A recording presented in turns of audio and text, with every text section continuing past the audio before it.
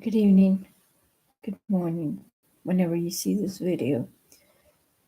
As I mentioned in the introduction, I'm reading the transcription in English. They speak in German. Mr. Bert Hellinger and his wife, Sophie Hellinger. Thank you. And she's the one that starts. Acting. As long as we are living, we are constantly challenged in having to act. This means before we need to decide, before an action can follow, we can, of course, leave the action to others. Yet, in my opinion, this doesn't always have a positive effect on our life. Therefore, it is really sensible to begin an inner journey and to ask a question before we act. Then we will certainly do the right thing at the right time.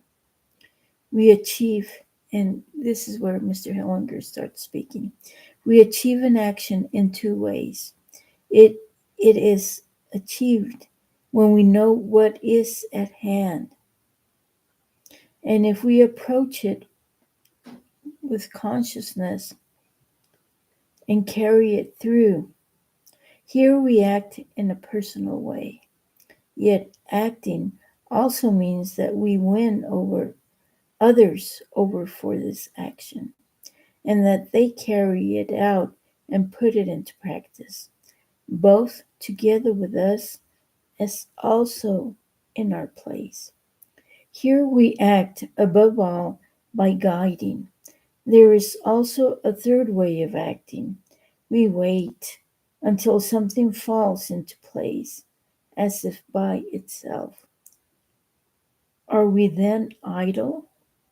On the contrary, we are actively in tune with the movement, which is already in motion, yet in a way that we trust in the power of this movement.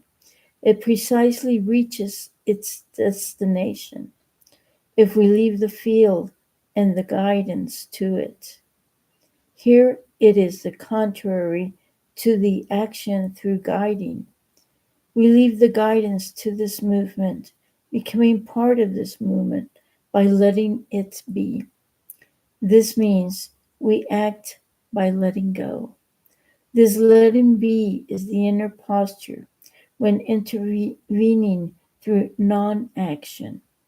Often, this letting be is the most efficient action. At the same time, it requires the highest form of awareness and readiness, and it costs the essential strength.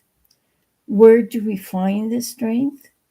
In our inner journeys, on the path towards the attunement with this great movement. Apparently doing nothing, we are at work, so that it is almost inconspicuous. Only the result stands out. This way, do we also let go of the personal acting and the acting through guiding? Our personal acting can connect to our acting through attunement.